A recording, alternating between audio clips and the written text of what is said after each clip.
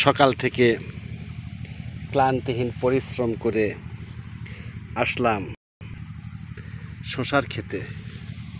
যদিও শসার ক্ষেতটা আমার নয়, তারপরেও আমার চাচা বড়ব্বার ছেলের এই শসার জমি। যদিও শসটা আমার চাচাতো ভাইয়ের গাছের, সে কাজ করতেছে, সকাল থেকে পরিশ্রম করতেছি, জমিতে ওষুধ দিলাম। আপনারা তো ভিডিও দেখতেছেন। আমি পরিশ্রম করি, আমার স্বাস্থ্য আল্লাহ ভালো রেখেছে পরিশ্রমের কারণেই। বিসমিল্লাহির রহমানির রহিম।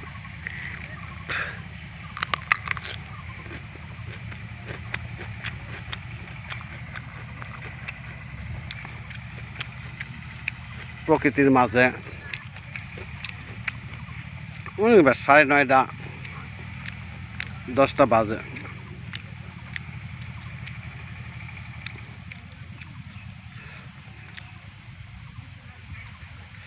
ক্ষুধা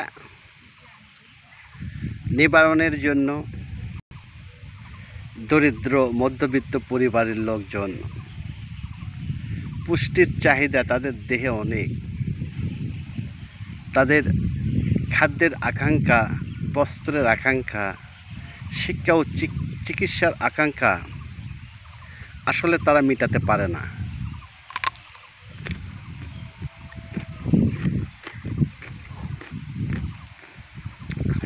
মধ্যবিত্ত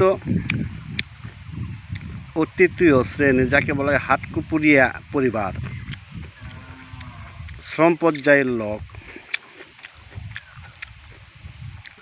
এদের খাদ্য, বস্ত্র, শিক্ষা ও চিকিৎসা খরচ চালাতেই এদের জীবনের অবস্থা খুবই খারাপ হয়ে যায়।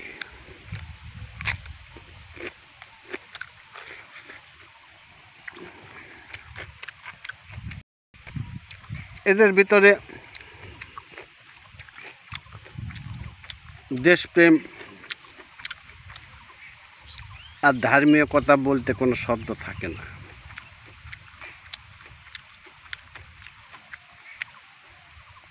কেননা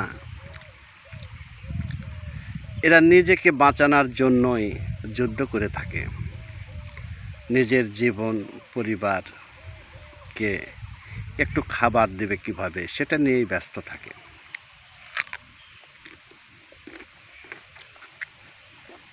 ভালো বস্ত্র, ভালো বাসস্থান, এগুলো তাদের জন্য স্বপ্নের মতন।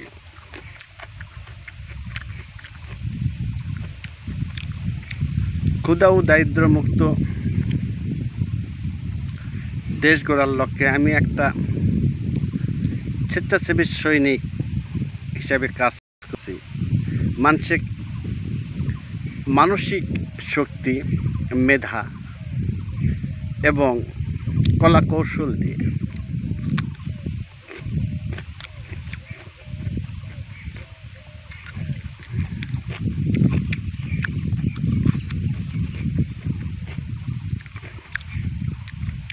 পাশাপাশি আমার কর্মীয় জীবন ধান উৎপাদন করে থাকি। আমার অত লাগে না, আমার চাহিদার পরে সম্পূর্ণ বিক্রয় করা হয়, যা সমৃদ্ধ দেশ গড়তে সহায়ক ভূমিকা পালন করে।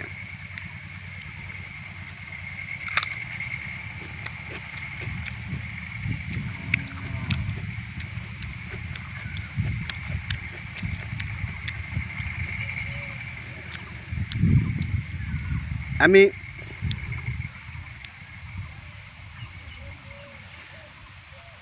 উদ্ভাবনীয় চেতনার মধ্যে দিয়ে দেখতে পেলাম এই দেশকে স্বয়ংসম্পূর্ণ করতে হলে যে সকল স্টুডেন্ট উচ্চশিক্ষায় শিক্ষা গ্রহণের পর চাকরির জন্য ধরে বৎসরের পর বৎসর তাদের ব্যক্তিগত জীবন, পারিবারিক জীবন, রাজনৈতিক জীবন, সামাজিক জীবন থেকে অনেক দূরে সরে চলে যায়। শুধু বেকার হওয়ার কারণে তারা বিবাহ করতে পারে না, তাদের যৌবন নষ্ট হয়ে যায়। সরকারি বেসরকারি এনজিও ইন্স্যুরেন্সের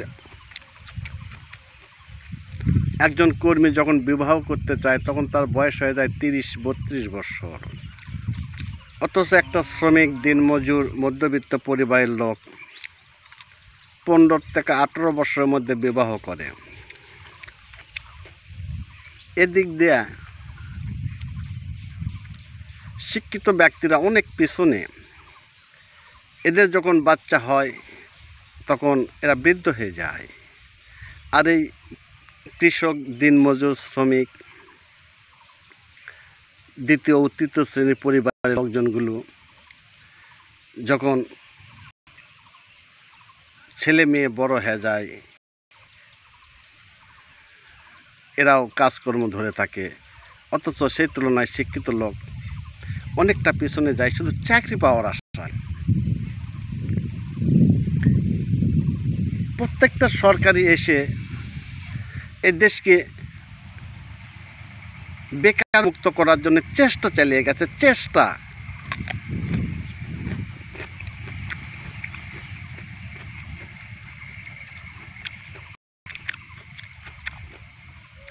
কিন্তু কলেজ, বিশ্ববিদ্যালয়ে ছেলে মেয়েদেরকে উদ্যোক্তা হওয়ার শিক্ষা দেয় না। উদ্যোক্তা করতে হবে, এদের চেতনা ফিরে আনতে হবে, টেকনিক্যাল সাপোর্ট দিয়ে আনতে হবে, টেকনিক্যাল মেধা ট্রান্সফার করে দিতে হবে। যে যে বিষয়ে শিক্ষা লাভ করেছে পারদর্শী করুক, চাকরি করবে, অসুবিধা কোথায়? চাকরি পাওয়ার আগ পর্যন্ত যদি উদ্যোক্তা হয়, কোনো বিষয় নিয়ে উদ্যোক্তা হয়, তাহলে সে বিজয়ী হবে। নির্দিষ্ট সময়ে বিবাহ করতে পারবে, তাদের যৌবনের স্থিরতা আসা যাবে। এক পর্যায়ে দেখা গেছে একজন শিক্ষিত ব্যক্তি উদ্যোক্তা হয়, তাহলে 5 বছরের মধ্যে সে কর্মচারী নিয়োগ দিতে পারবে। যেমন আমি অনেক সময় আমার শ্রমিকেরা আমাকে স্যার বলে, আমার চালচলন, উঠা বসা, থাকার খাওয়ার মধ্যে উন্নত মনোভাব লুকিয়ে আছে।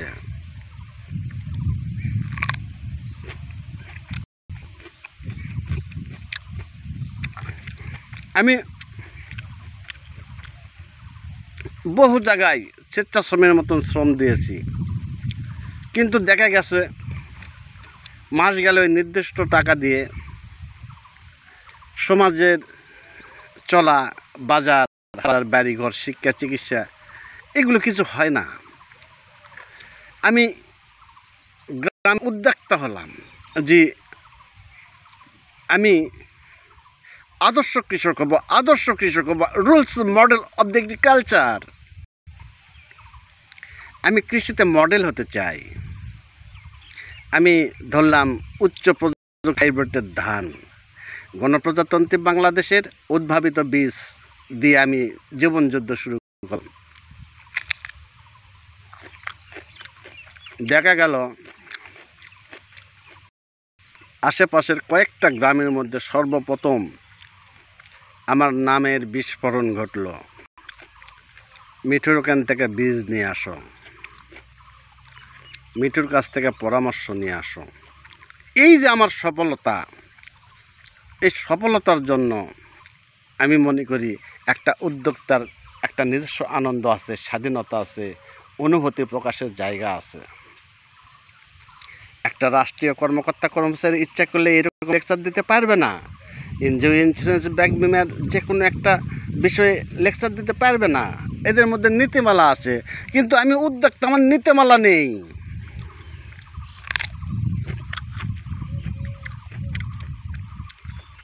তৈল জাতীয় উদ্ভিদ, ধান ও গম জাতীয় উদ্ভিদ আমার প্রকল্পের আওতায়। পাশাপাশি মৎস্য চাষ, একটা ছোট্ট ব্যবসা করি। ব্যবসা খুব বেশি ফেমাস হতে পারিনি, কারণ শ্রমিক, লেবার, ড্রাইভার এদের স্বভাব চরিত্র ভালো নয়। শুধু আমাকে ঠকায়, একটু চোখের ভুল হলেই সেই গাড়ি আর খুঁজে পাওয়া যায় না। টাকাও মেল, লেবার শ্রমিকের টাকাও মেল।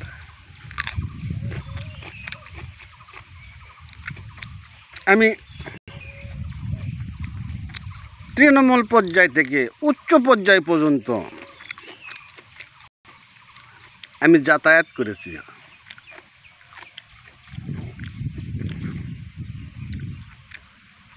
এমপি আকরাম হোসেন চৌধুরী,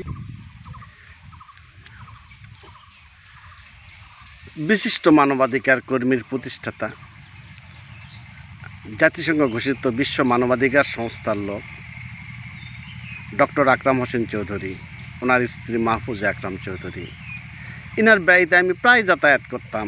দেখতাম যে এদের উন্নত জীবনযাপনের, এদের চিন্তা চেতনা, এদের চালচলন, ওঠাপাঠা, থাকা খাওয়া আমাকে মতন কয়েক হাজার লোকের চাইতে এদের খরচ চলাফেরা অনেক ব্যয়বহুল এবং বেশি হওয়ার কারণও আছে। এরা দাবি আদায়ের লক্ষ্যে কাজ করে, যার কারণে এদেরকে বুলেট প্রুফ গাড়ি দেওয়া হয়, এদেরকে নিরাপত্তা দেওয়া হয়।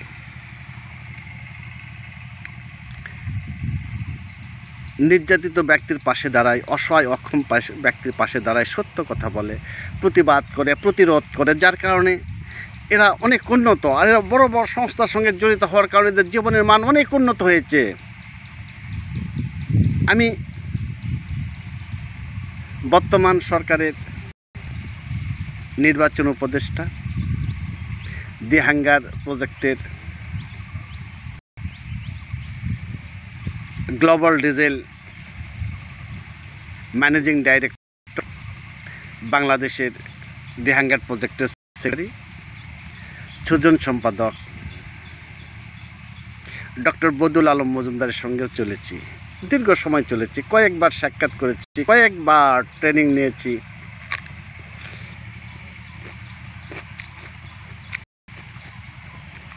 আমি তাদের চেতনার ভিতর প্রবেশ করেছি, দেখেছি তারা মানুষকে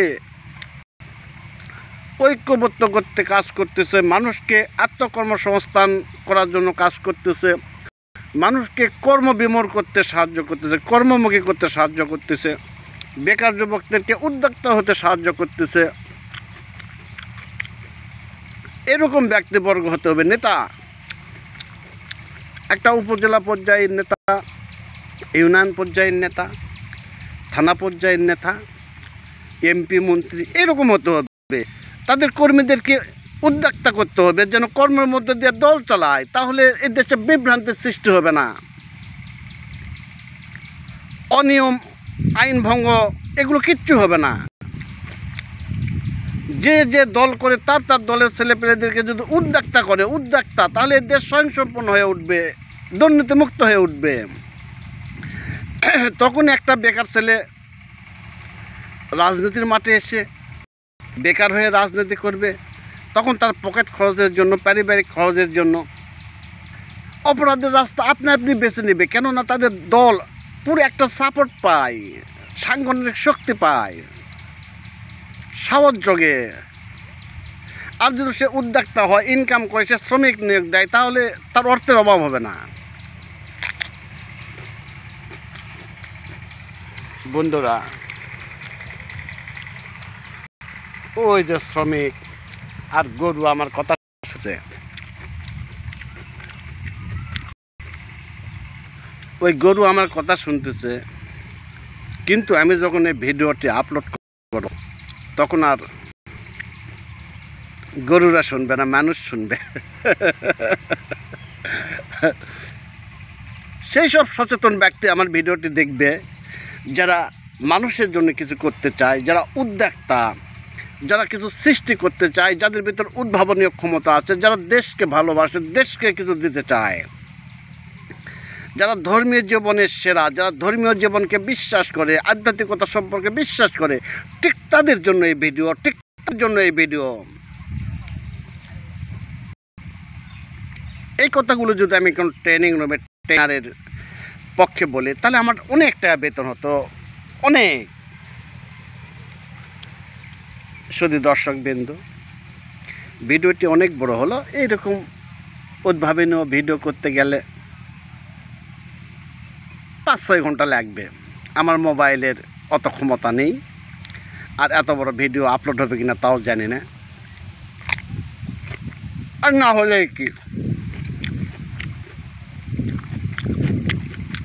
আমার জ্ঞান ভাণ্ডার থেকে সামান্য জ্ঞান যদি আমি বিকরণ করতে পারি মানুষের জন্য, একটা মানুষের যদি পরিবর্তন হতে পারে, তাহলে আমার জীবন সার্থক। ফলোয়ার বন্ধুরা, পেজটিকে ফলো করবেন। অনেক বড় ভিডিও হয়ে গেছে,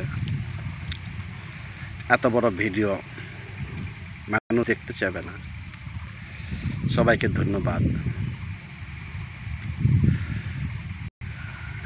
আমি কখনো জীবন্ত কবি, জীবন্ত অলি দেখিনি, তো আমি জীবন্ত নেতা দেখেছি, তাদের কার্যক্রম দেখেছি। মহান ব্যক্তিরা আমার সঙ্গে, মহান ব্যক্তিদের সঙ্গে সাক্ষাৎ করেছে। রাষ্ট্রীয় বড় বড় নেতা ও বড় বড় কর্মকর্তা কর্মচারীর সাথে ওঠা বসা করছি, অনেক অভিজ্ঞতা অর্জন করেছি। শেষ পর্যন্ত দুপচাঁচিয়া কৃষি সম্প্রসারণ অধিদপ্তরকে ধন্যবাদ জানাই, কেননা সব কিছুর পরে দুপচাঁচিয়া কৃষি সম্প্রসারণ অধিদপ্তর আমার পাশে দাঁড়িয়েছে। আমাকে বীজ, সার, পাশাপাশি মেন্টাল সহযোগিতা দিয়ে, ট্রেনিং দিয়ে পাশে দাঁড়িয়েছে। আমি হতাশায় নিমজ্জিত হয়ে পড়লাম। আমি সামনের ধাপ তুলতে পারতাম না। আগে যতক্ষণ ধাপ তুলে পিছনে অতখানি আসতাম। বন্ধুরা, সবাই ভালো থাকবেন, সুস্থ থাকবেন। পিতামাতা মরে যাওয়ার পরে আমি ইতিম হয়ে গেছি। ছোট ছোট ভাই বোনেরা আমার মুখের দিকে চেয়ে থাকে। তাদের সুযোগ সুবিধা দিতে পারলে আমার খুব ভালো লাগবে।